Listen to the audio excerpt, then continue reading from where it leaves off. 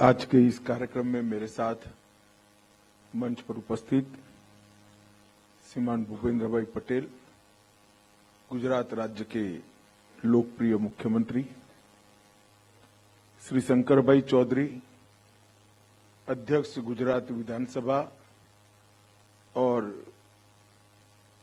बहुत लंबे समय से सफल और निष्ठावान सहकारी आंदोलन के नेता रहे हैं शंकर भाई, श्री दिलीप भाई सांगाणी, अध्यक्ष इफको और राष्ट्रीय सहकारी संघ, डॉक्टर मंगलजीत राय, अध्यक्ष एनसीडीएफआई, डॉक्टर मिनेश शाह, अध्यक्ष एनडीडीबी, श्री श्रीनिवास सज्जा, प्रबंध निर्देशक एनसीडीएफआई, आज के कार्यक्रम में उपस्थित एनसीडीएफआई के सभी सदस्यगण અને ગુજરાતથી ઉપસ્થિત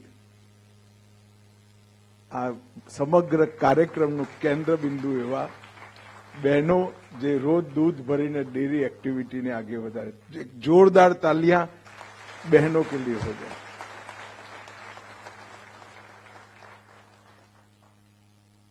national cooperative dairy federation of India आज इसके मुख्यालय का आनंद में शिलान्यास हुआ है और ई मार्केट के बढ़ोतरी के लिए विशेषकर डेयरी क्षेत्र में जिन जिन संस्थाओं ने अच्छा काम किया है उनको आज एक प्रकार से पुरस्कृत भी किया गया है।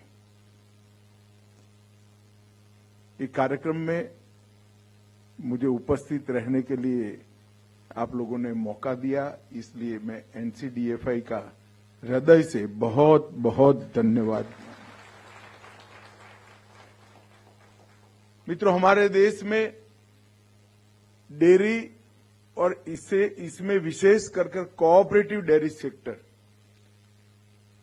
इसने बहुआयामी लक्ष्यों को सिद्ध किया है। दूध का व्यापार एक प्रकार से अगर कोऑपरेटिव सेक्टर नहीं करता है तो दूध का व्यापार दूध उत्पादक, एक बिचौलिया और दूध का उपयोग करने वाले 3 के लिए सीमित रहता है। मगर कोऑपरेटिव सेक्टर अगर कोऑपरेटिव तरीके से दूध का व्यापार करता है तो इसमें कई आयाम एक साथ जुड़ जाते हैं, क्योंकि उसमें उद्देश्य मुनाफे का नहीं है। इसलिए मल्टी डायमेंशनल फायदा समाज को, कृषि को, गांव को, दूध उत्पादक को और अंततोगत्वा देश को होता है। और ये सफलता की गाथा भारत ने विगत 50 साल में बहुत सुपेरे इसकी अनुभूति की है। जब कोऑपरेटिव सेक्टर डेयरी का बिजनेस करता है तब सबसे पहला फायदा होता है दूध उत्पादकों का, क्योंकि उनका शोषण नहीं होता है। अकेला एक दूध उत्पादक होता है तो उसके पास दूध के स्टोरेज की व्यवस्था नहीं होती है और मार्केट को वो एक्सप्लोर नहीं कर सकता है। मगर कोऑपरेटिव सेक्टर से करते हैं तो एक गांव का दूध संघ होता है, वो सभी गांव के दूध संघ का एक जिला का दूध संघ होता है और सभी जिला के दूध संघ का अमूल जैसा फेडरेशन जो अब देश के हर राज्य में लगभग बन चुका है, सफलता से चलता है। वो जब बनता है तब उसके कोल्ड स्टोरेज की व्यवस्था, इसके प्रोसेसिंग की व्यवस्था, मार्केट में जो डिमांड है ऐसे उत्पाद में दूध को कन्वर्ट करने की क्षमता और फिर मार्केट के हिसाब से मुनाफा लेकर वापिस कोऑपरेटिव बेसिस पर वो दूध उत्पादक बहन के पास पहुंचाने की व्यवस्था होती है। तो सबसे पहला काम दूध उत्पादक बहनों का शोषण समाप्त होता है। दूसरा काम होता है कि ये दूध उत्पादन के बिजनेस में जब कोऑपरेटिव सेक्टर आता है तो एक अकेला दूध उत्पादक अपने पशुओं के स्वास्थ्य की चिंता नहीं कर सकता है, परंतु अगर जिला का दूध उत्पादक संघ बनता है तो वो पशु की नस्ल सुधार, स्वास्थ्य का सुधार यहां तक कि उसके अच्छे आहार तक की सारी व्यवस्थाएं करता है और पशु का स्वास्थ्य भी अच्छा होता है। इससे थोड़ा आगे चले जाएं तो तीसरा होता है कि अगर कोऑपरेटिव सेक्टर में ये दूध की डेयरी का बिजनेस जाता है, दूध का बिजनेस जाता है, तो वो पोषण आंदोलन के अंदर अपने आप जुड़ जाता है, क्योंकि इसका उद्देश्य मुनाफा नहीं है। मैं एक ऐसा नेता हूं जो देश के 630 जिलों में जाकर आया है। मैंने हर जगह पे, क्योंकि कोऑपरेटिव का कार्य करता हूं तो कोऑपरेटिव वालों को मिलता रहता हूं। मैं कम से कम 100 जिलों को जानता हूं, जिसमें बनासकांठा डेयरी भी यहां पे उपलब्ध है। बैठे हुए शंकर भाई, जो पोषण से पीड़ित कुपोषित बच्चों को पोषण देकर, दूध देकर उनके पोषण की भी चिंता करता है। अहमदाबाद डेयरी जैसी डेयरी सभी सगर्भा माताओं को लड्डू देकर उनके पोषण की, बच्चे के पोषण की चिंता करता है। और पूरे कुपोषण के खिलाफ की लड़ाई के अंदर एक कोऑपरेटिव सेक्टर जुड़ गया है। इससे चौथा फायदा होता है डेयरी और डेयरी टेक्नोलॉजी। ये एक जमाने में भारत के लिए कल्पना हम कर ही नहीं सकते थे कि डेयरी टेक्नोलॉजी और इसकी सारी मशीनरी का उत्पाद भारत के अंदर हो। अभी मैं गांधीनगर में ही एक राष्ट्रीय अधिवेशन था, वहां गया था, वहां स्टॉल लगे थे। मैंने पूछा, भाई इसमें आत्मनिर्भर भारत वाले कितने हैं?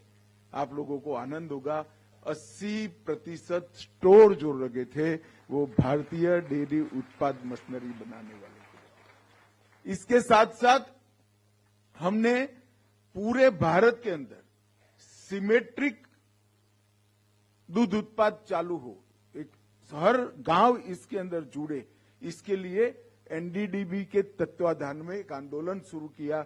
हर गांव में एक छोटी सी डेयरी बने, वो डेयरी के संयोजन करने वाली डेयरियां बने, जिला डेयरियां बने, और फिर अंततोगत्वा संघ बने और एनडीडीबी वहां से बाहर निकले। कई क्षेत्र जो इस डेयरी के, कोऑपरेटिव डेयरी के साथ जुड़े नहीं थे, वहां पर भी एनडीडीबी के माध्यम से, और अब गुजराती की सक्षम डेयरियां भी उत्तर भारत, विशेषकर उत्तर प्रदेश के अंदर, हरियाणा के अंदर अपना काम का विस्तार कर रही है और वहां कोऑपरेटिव तरीके से ही डेयरी को आगे बढ़ा रही है। तो इसके सिमेट्रिक उत्पादन के लिए भी ये कोऑपरेटिव है तभी संभव है। अभी अभी मुझे मिनेश भाई ने कहा कि असम के मुख्यमंत्री ने एनडीडीबी को काम दिया है। निमेश भाई, मुझे मालूम है, मैंने ही उनको प्रेरित किया था कि आप पहले एनडीडीबी को दीजिए, आपका डेयरी संघ बनाइए, फिर एनडीडीबी पगडंडा नहीं जमाएगी, मेरी जिम्मेदारी है, टाइम से निकल जाएगी तो अब आप निकल भी जाइएगा वहां से जब डेयरी संघ बन जाए। तो मित्रों, सिमेट्रिक तरीके से अगर दूध का उत्पादन करना है, देश के हर गांव में करना है, हर गरीब महिला को एक गाय, दो भैंस, एक गाय, दो गाय, एक भैंस देकर उसकी इनकम बढ़ानी है, हर घर को आत्मनिर्भर बनाना है, तो केवल और केवल वो कोऑपरेटिव डेयरी ही कर सकता है और कोई नहीं कर सकता है। आज मैं गुजरात में हूं, इसलिए वैसे तो हमारे यहाँ बहुत सारे अच्छे ब्रांड बने हैं, मदर डेयरी, विजय, सांची, विरका, विटा, सुधा, पराग, नंदिनी, कई ब्रांड ने आज हमारा भारत के दुग्ध क्षेत्र का नाम समग्र विश्व के अंदर रोशन किया है। परंतु मैं गुजरात में हूं, मैं जानता हूं, इसलिए मैं गुजरात का उदाहरण देना चाहता हूं। 1946 में यहां पर एक डेयरी ने शोषण शुरू किया, मुझे नाम याद है तो पॉल्सन डेयरी था शायद, एक पारसी सज्जन की डेयरी थी मुंबई में। उन्होंने शोषण शुरू किया और इसके खिलाफ सरदार पटेल ने त्रिभुवन भाई को प्रेरित किया और 1946 में 15 गांवों में एक छोटी छोटी डेयरी की शुरुआत हुई थी और 21-22 में ये अमूल फेडरेशन जो पूरे गुजरात भर में विकसित हुआ, इसका टर्नओवर 72,000 करोड़ है। 72,000 करोड़ रुपए का टर्नओवर 1946 में एक छोटी सी शुरुआत जो शोषण के खिलाफ थी और आत्मसम्मान के लिए थी, इसके लिए हुई, वह एक विराट आंदोलन में परिवर्तित हुआ और इसी में से हमारा श्वेत क्रांति का विचार आया। एनडीडीबी का उद्भव भी उसमें से हुआ। कुरियन साहब भी इसके पुरस्कृता बने और आज देश भर में विकसित होकर अनेक कोऑपरेटिव डेयरियां बनी है। अमूल लगभग रोज 40 मिलियन लीटर दूध का प्रोसेस करता है और 36 लाख बहनें जो मेरे सामने बैठी हैं, ऐसी बहनें अंदर अपना दूध जमा करती है और हर सप्ताह उनके पास उनके दूध की कीमत पहुंच जाती है। आज मैं गांधीनगर में ही एक कार्यक्रम में आया था।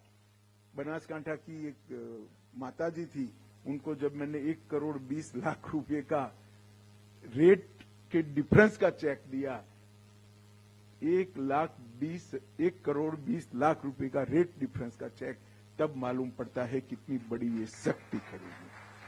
आज विश्व के दुग्ध उत्पादन में भारत 24% हिस्से के साथ सबसे 1 नंबर पर पहुंचा है और भारत में पिछले 8 वर्षों में लगभग 51% वृद्धि दुग्ध उत्पादन में हुई है, जो विश्व में सबसे तेजी के साथ बढ़ने वाले हम हैं।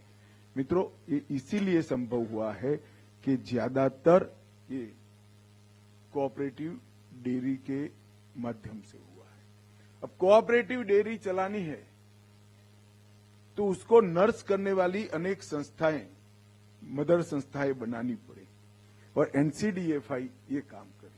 अनेक प्रकार में कोऑपरेटिव डेयरी को, कभी जिला संघ नया बनता है तो वो आत्मनिर्भर नहीं होता, पैकेजिंग की टेक्नोलॉजी चाहिए, प्रोसेसिंग की टेक्नोलॉजी चाहिए, ढेर सारी चीजें चाहिए, पशुओं के आहार के लिए कुछ मार्गदर्शन चाहिए, सभी चीजों के लिए एनसीडीएफआई ये काम कर रही है। तो एक प्रकार से सभी डेयरी को गाइडेंस देने का काम एनसीडीएफआई कर रही है। आज मुझे आनंद है कि वाक्सी गांव में, जहां से ये श्वेत क्रांति की शुरुआत हुई थी, वही आनंद जिले में लगभग 7,000 वर्ग मीटर का मुख्यालय इसका बनने जा रहा है, जिसका नजारा हमने अभी देखा है। 32 करोड़ रुपए के खर्च से बनेगा और वो सबसे बड़ी बात है, वो सौर ऊर्जा संयंत्र से संचालित होगा। तो अपने प्रकार में एक 100% ग्रीन बिल्डिंग होगा और एनसीडीएफआई के लिए ये बहुत बड़ा मकाम है। आज तक एनडीडीबी के किराएदार थे, अब वो खुद अपने मुख्यालय के मालिक बनेंगे और प्रवृत्तियों को आगे बढ़ाएंगे।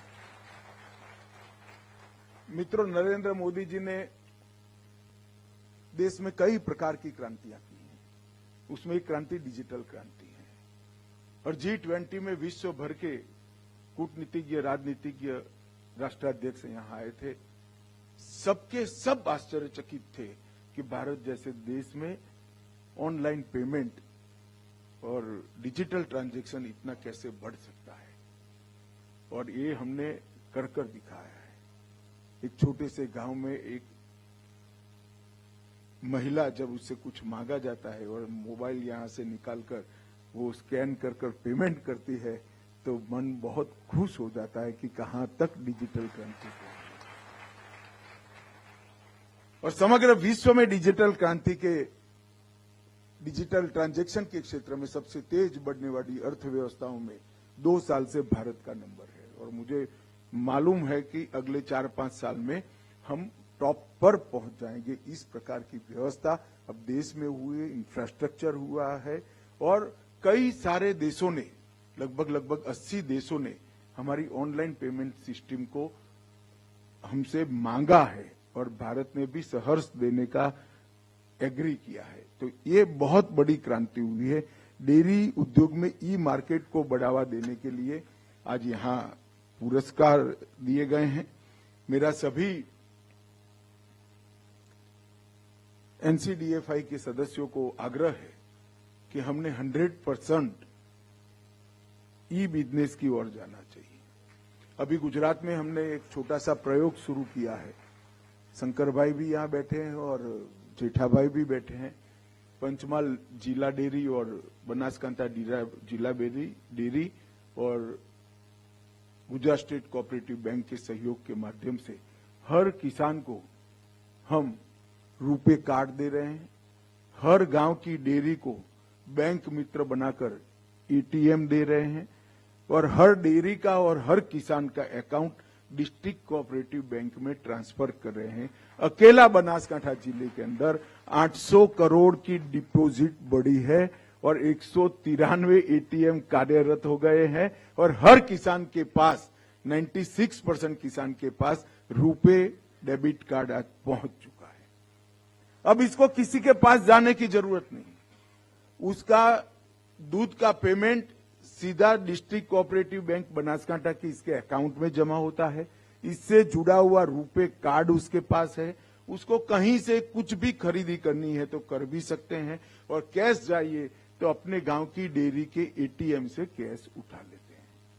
अगर ये मॉडल हमने पूरे देश में स्वीकार किया, मैं सभी देश के अग्रणी डेयरी के कर्ता धर्ता यहां है, मैं सभी को आग्रह करता हूं कि कोऑपरेशन बिटवीन कोऑपरेटिव वो जब तक नहीं करते हैं कोऑपरेटिव क्षेत्र का विकास नहीं हो सकता है।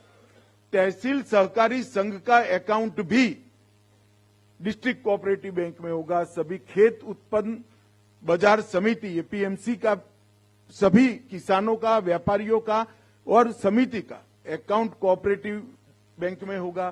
सभी डेयरी का, सभी किसानों का अकाउंट कोऑपरेटिव सेक्टर में होगा। अमूल लोन लेगा तो गुजरात स्टेट कोऑपरेटिव बैंक से ही लेगा। ये तय कर लेते हैं तो ये कोऑपरेशन बिटवीन कोऑपरेटर ये बहुत बड़ा ताकत को बढ़ोतरी देने वाला हो। और मैं आपको विश्वास दिलाता हूं, आप बाकी सारे ये इनाम बिनाम मत बांटिए। अपने डिजिटल ट्रांजैक्शन में इससे ज्यादा बढ़ोतरी कभी नहीं हो सकती, क्योंकि हर किसान अगर रुपे कार्ड लेकर आगे बढ़ता है, हर किसान का पेमेंट इसकी डिस्ट्रिक्ट कोऑपरेटिव बैंक में हो जाता है और फिर आपका भी कोऑपरेटिव बैंक के माध्यम से होता है, तो मुझे लगता है कि आने वाले दिनों में कोऑपरेटिव की स्ट्रेंथ को बहुत बड़ा बढ़ावा मिलेगा। जनवरी महीने में मैं खुद पंचमहाल और बनासकांठा जाकर इसका उद्घाटन करने वाला हूं और मैंने गुजरात स्टेट कोऑपरेटिव बैंक के चेयरमैन अजय भाई को विनंती करी है कि यही मॉडल को पूरे गुजरात की हर डेयरी को केंद्रस्थ बनाकर हर जिले में परकोलेट किया जाए। हर किसान का अकाउंट डिस्ट्रिक्ट कोऑपरेटिव बैंक में, हर डेयरी का अकाउंट डिस्ट्रिक्ट कोऑपरेटिव बैंक में, हर सहकारी संस्था का अकाउंट डिस्ट्रिक्ट कोऑपरेटिव बैंक में और सबको रुपे कार्ड दे दिया जाए तो किसान को परचेज करने के लिए छोटी सी छोटी खरीद, बच्चे का स्कूल ड्रेस खरीदने के लिए भी रुपया जेब से नहीं निकालना पड़ेगा। अपने रुपे कार्ड से डेबिट कराकर वो अपने घर चला जाएगा। टैक्स चोरी किसान करना चाहता ही नहीं, मगर किसान को मालूम नहीं है कि वो जब कैश देता है तब टैक्स की चोरी की शुरुआत हो जाती है, क्योंकि किसान को तो टैक्स लगता ही नहीं है, उसको चोरी करने का कोई प्रश्न ही नहीं है। परंतु वो जब कैश ट्रांजैक्शन करता है तब इसको बढ़ावा मिलता है। इनफॉर्मल इकोनॉमी की जगह फॉर्मल इकोनॉमी और देश की अर्थतंत्र को बढ़ावा देने में कोऑपरेटिव का एक रोल हो और कोऑपरेटिव को बढ़ावा देने में कोऑपरेटिव का ही रोल हो, इस प्रकार के एक नए अर्थतंत्र की कल्पना हमने करी है। तो इसको आगे बढ़ाने के लिए मैं आज जब यहाँ आया हूँ एनसीडीएफआई में, तो सारे दुग्ध संघों के, राज्य दुग्ध संघों के अध्यक्षों को और उनके संचालकों को मेरा विनंती है कि आप इस मॉडल को स्टडी कीजिए। और यहाँ पर शंकर भाई भी बैठे हैं, अजय भाई भी बैठे हैं, जेठा भाई भी बैठे हैं। अच्छी भाषा में, हिंदी और अंग्रेजी में दोनों में बनाकर इस मॉडल को हर जिला दूध उत्पादक संघ को भेजना चाहिए और इसकी सफलता की गाथा, सक्सेस स्टोरी को भी भेजना चाहिए कि इससे कोऑपरेटिव सेक्टर की स्ट्रेंथ को कितनी बढ़ोतरी हुई है। मित्रों, 1970 से कोऑपरेटिव एक्ट के तहत एनसीडीएफआई रजिस्टर हुआ और आज लगभग देश के हर बड़ी कोऑपरेटिव इसके साथ जुड़ी हुई है। अनेक प्रकार के समाधान कोऑपरेटिव के इन्होंने ढूंढे हैं, मगर मैं एनसीडीएफआई को आज एक काम देकर भी जाना चाहता हूं। हमारे देश में और दुनिया में एक प्रकार से जब हरित क्रांति के नाम से हमने रासायनिक खादों के उपयोग की शुरुआत की, उस वक्त हमें मालूम नहीं था कि इससे उत्पादन तो बढ़ा, मगर हमारी भूमि रस विहीन हो जाएगी, कस विहीन हो जाएगी। मानव के शरीर में अनेक प्रकार के रोगों का मूल कारण एक केमिकल फर्टिलाइजर है, और आज पानी के स्तर भी नीचे जा रहे हैं, भूमि भी खराब हो रही है और खाने वाला व्यक्ति बीमार भी हो रहा है। ये तीनों का एक सरल रास्ता है, तीनों से बचने का, प्राकृतिक खेती। और अब प्राकृतिक खेती में ढेर सारे प्रयोग हुए हैं। एक गाय से, देसी गाय से 21 एकड़ भूमि खेती हो सकती है, ना उत्पादन कम होता है, ना गुणवत्ता कम होती है। एनसीडीएफआई ने इसका काम हाथ में लेना चाहिए, एनडीडीबी ने इसका काम हाथ में लेना चाहिए। अमूल ने इसका बहुत अच्छा प्रयोग किया है, गोवर्धन का प्रयोग। अमूल ने इसकी भी सक्सेस स्टोरी सभी को भेजनी चाहिए। जो स्लरी निकलता है इससे प्राकृतिक खेती और अदरवाइज भी प्राकृतिक खेती अपनी गाय की अपने खेत में भी आप कर सकते हैं। इसका प्रचार प्रसार और इसके माध्यम से किसान को समृद्ध करना। कोई ऐसा न सोचे कि प्राकृतिक खेती करने से किसान की समृद्धि नहीं होगी। मोदी जी की प्रेरणा से हमने एक राष्ट्रीय स्तर पर बहुराज्यीय सहकारी संस्था बनाई है, जो संस्था ऑर्गेनिक प्रोडक्ट के मार्केटिंग का काम करेगी। इसके साथ सभी लोगों को जोड़ना है। शुरुआत हो चुकी है। बहुत समय पहले मैंने अमूल के उस वक्त के एमडी यहां पर बैठे हैं, उनको बताया था कि भाई आप शुरुआत करो। अमूल ने शुरुआत की और उसी मॉडल को एडेप्ट करते हुए आज वो ऑर्गेनिक कोऑपरेटिव देश के अंदर भारत ब्रांड से अनेक प्रकार के ऑर्गेनिक उत्पादों को बढ़ावा दे रहा है। तो गोबर का उपयोग किसान की समृद्धि बढ़ाएगा। ऑर्गेनिक प्रोडक्ट जो होगी इसका अच्छा रेट एक कोऑपरेटिव ऑर्गेनिक के माध्यम से मिलेगा और आपका खेत भी अच्छा होगा, उत्पादन भी अच्छा होगा, दाम भी ज्यादा मिलेंगे और लोगों को के स्वास्थ्य को भी आप अच्छा रख पाएंगे।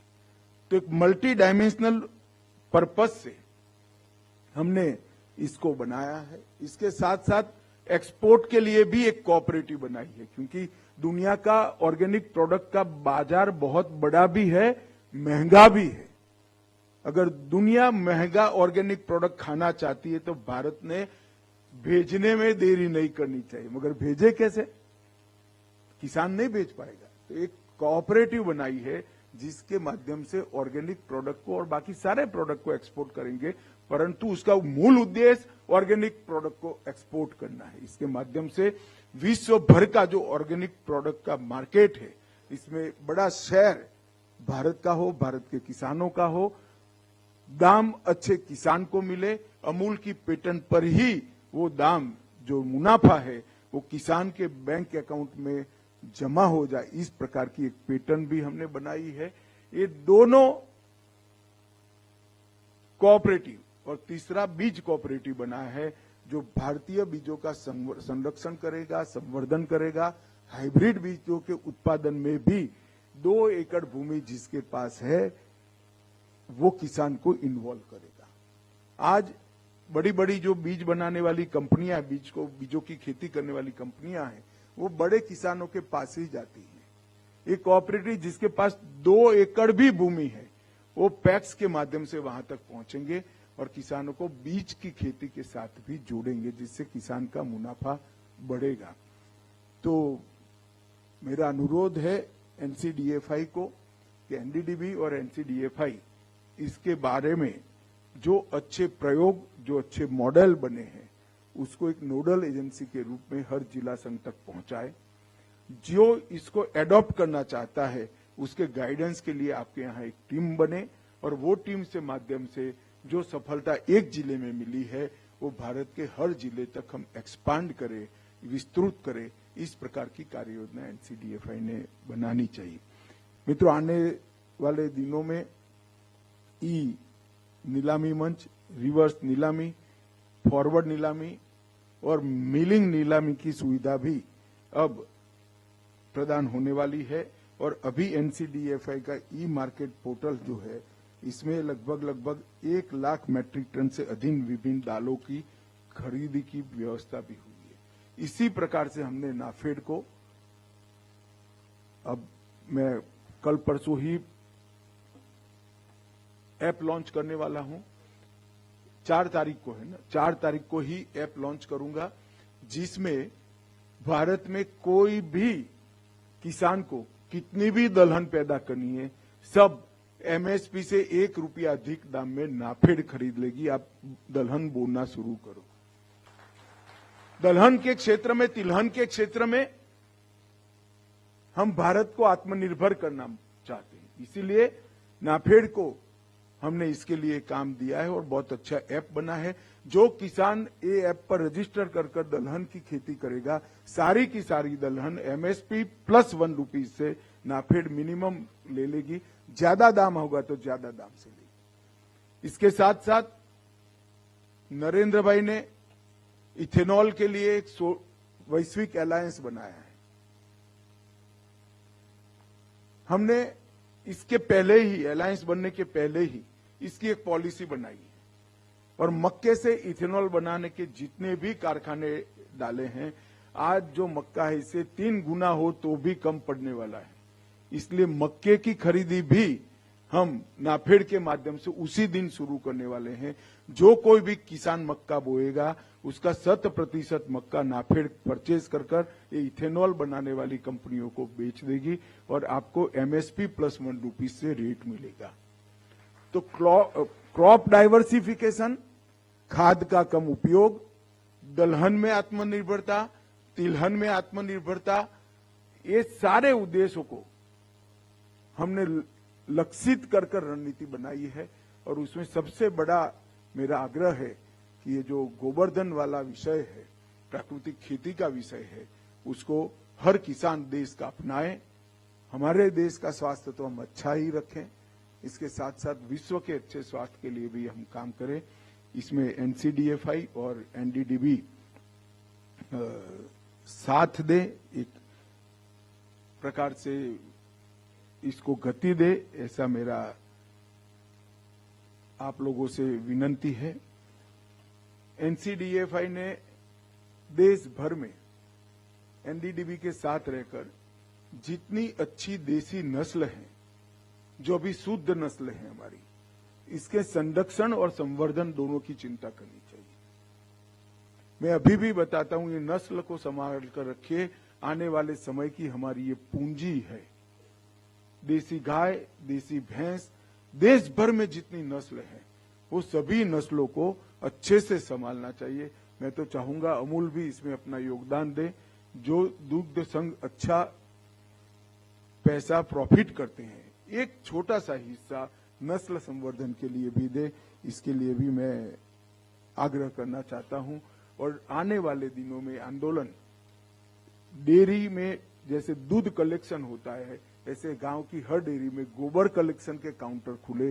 गोबर का किसान को पैसा भी मिलेगा, गोबर से गैस भी उत्पन्न होगा और गोबर से प्राकृतिक खेती भी होगी। प्राकृतिक खेती होगी तो किसान को ज्यादा दाम भी मिलेगा, देश का एक्सपोर्ट भी बढ़ेगा। ये मल्टी डायमेंशनल चैनल को हम पूरा करें और मुझे लगता है कि डेयरी सेक्टर ही करता है। आपको कुछ नहीं करना है, हर गांव में दूध का कलेक्शन का सेंटर है, इसके साथ ही गोबर कलेक्शन का सेंटर बनाना है और गोबर को एकत्रित कर गांव को स्वच्छ करना है और इसके साथ साथ गैस बनाकर जिले को गैस के उपयोग में आत्मनिर्भर करना है और प्राकृतिक खेती को बढ़ावा देना है। मल्टी डायमेंशनल काम इसमें से हो सकते हैं। मैं आशा करता हूं कि जो एनसीडीएफआई के करता धरता है, इस पर ध्यान देंगे, एनडीडीबी सहयोग करेगी और कुछ अच्छे मॉडल देश के सामने आप लेकर आइए। हम इसको जरूर राष्ट्रीय स्तर से हर जिला, हर डेयरी एडॉप्ट करे, इस प्रकार की व्यवस्था करेंगे।